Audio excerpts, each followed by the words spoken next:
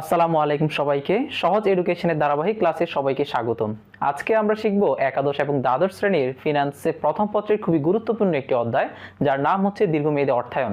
ইতিপূর্বে আমরা দীর্ঘমেয়াদী অর্থায়নের দুই ধরনের সূত্রগুলো নিয়ে আলোচনা করেছিলাম। এখন আমরা সেই ম্যাথগুলোর আলোকে বোর্ড প্রশ্ন সমাধান করব। তাহলে আজকে আমরা প্রথম আলোচনা করব রাজশাহী বোর্ড 2019 এর একটি বোর্ড প্রশ্ন সমাধানের মাধ্যমে আমরা কিভাবে বন্ড নির্ণয় করতে হয় সেটি শিখব। তাহলে চলুন শুরু করা যাক। আমরা যদি রাজশাহী বোর্ড 2019 সালের প্রশ্নটা একটু দেখি, তাহলে এখানে বলছে আয়ান লিমিটেড জুলাই 2017 তারিখে 8 বছর মেয়াদী বন্ড বাজারে ছেড়েছে, যার লিখিত মূল্য 2000 টাকা, কুপন রেট 15%, বার্ষিক ভিত্তিতে সুদ প্রদান করে এবং বন্ড থেকে প্রয়োজনীয় আয়ের হার 16%। আমাদেরকে লক্ষ্য রাখতে হবে বন্ডে আমরা 4 ধরনের এলিমেন্টস গুলো আমাদের খুঁজে বের করতে হবে। তারপরে আমরা বুঝতে পারবো যে আমরা এখানে কোন সূত্রটার আলোকে প্রশ্নটা সমাধান করব।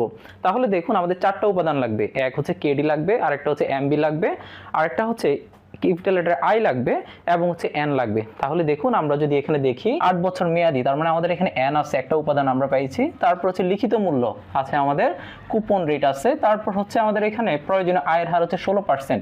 তাহলে চলুন আমরা যে বন্ডের যে সূত্রটা আছে সেটা আমরা দেখি। তাহলে তোমরা দেখতে পাচ্ছ আমাদের হচ্ছে বন্ডের যে প্রথম সূত্র মানে হচ্ছে কুপন রেট। তাহলে বন্ডের কুপন রেটের সূত্র হচ্ছে BB equal to capital letter I into 1 - 1 divide by 1 plus KD power N divide by KD plus MB divide by 1 plus KD power n।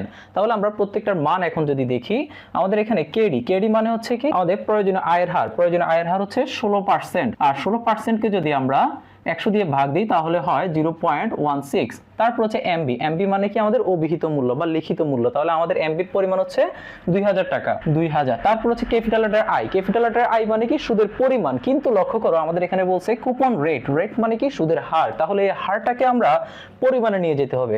তাহলে আমরা কি করব, এমবি এই যে 2000 টাকা, 2000 ইনটু হচ্ছে 15%। তাহলে 2000 টাকার 15% কত টাকা হয়, 300 টাকা। এটা হচ্ছে আমাদের এমবি আই এর ক্যাপিটাল লেটার আই এর পরিমাণ। এরপর হচ্ছে এন মানে হচ্ছে বছর। তাহলে মেয়াদ হচ্ছে 8 বছর। তাহলে আমরা এখন সূত্রের মধ্যে প্রত্যেকটা মান বসাই। লক্ষ্য করো ক্যাপিটাল লেটার আই এর মান হচ্ছে আমাদের এখানে 300 ইনটু 1 মাইনাস 1 প্লাস 0.16।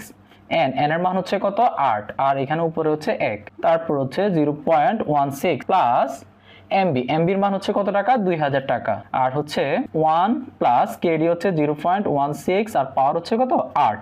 তাহলে মেয়াদ।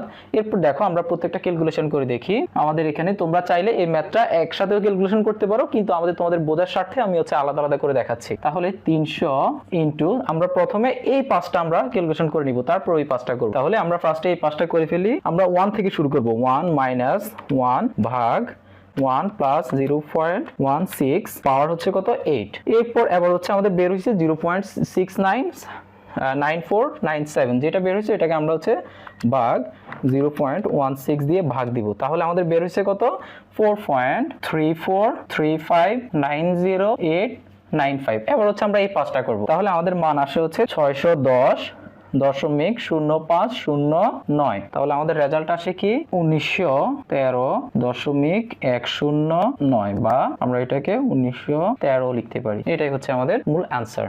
তাহলে আশা করি তোমরা এটা বুঝতে পেরেছো। দেখা হচ্ছে পরবর্তী ভিডিওতে। সেই পর্যন্ত সবাই সাথে থাকো। আল্লাহ হাফেজ।